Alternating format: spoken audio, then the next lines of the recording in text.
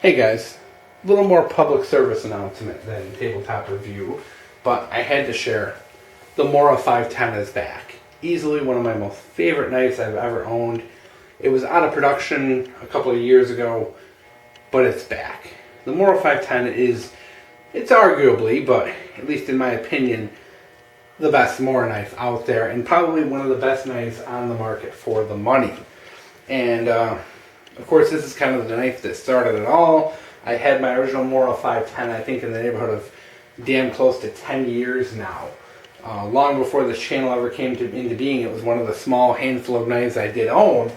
And, you know, as I got into the whole YouTube thing and using things more and doing a lot of testing, I really came to kind of appreciate the Mora. And just, it's been my go-to knife for years. I've always, gone back to it time after time. And it being discontinued a couple of years back was really disappointing, but it is back. The new model seems to have a black handle. The older models had kind of that red-orange color, but it's back. It looks identical to the original. I can't see any differences with it whatsoever. Feels the same. Everything just completely 100% the same. The sheath is the same. Just nothing different about it. So what makes this so special in a world of Moras when there's so many awesome Moras out there? This is one of the only Moras that has close to a full tang. The tang on this knife goes literally probably about 8/10 of the way to the end, whereas the Mora Companion only has about that much tang. Some of the other knives only have about a half tang in them. And if you go online and just Google Mora tang, there's a lot of pictures of people who have x-rayed Moras, and you can see how short some of the tangs are. And I really liked this knife because it had that longer tang, but it was just very simple and nothing special about it. It's, your traditional Mora. It's, around 4 inches long. It's got that little molded handle, the nice carbon steel that Mora uses. It's got this real simple little sheath, with that goofy little belt loop that nobody likes. A little button holder on the back.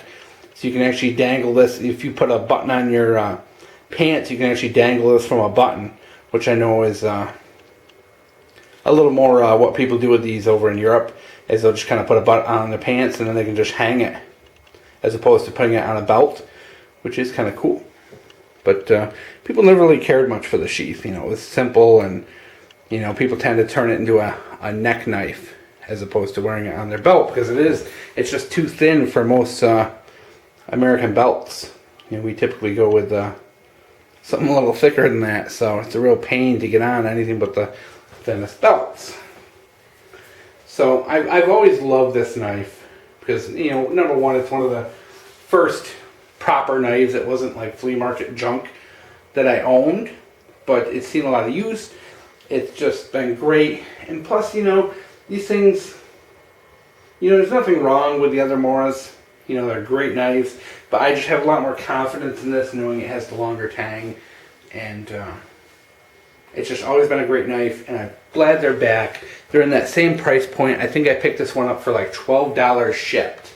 So like $12.39 shipped, like really inexpensive. They're all over again, so it's a great one to pick up to add to the collection, because it's been out of production I think 3 or 4 years. It's been out of production about as long as this channel's been around. So I never originally did a video on it when this channel came up because it wasn't in production anymore. So now that it's back, I did one on it a while back, my other one, but I bought this brand new one. I wanted to see if they were different, if they were the same, and they're spot on, guys. So buy these up while you can. You never know when they're going to discontinue them again.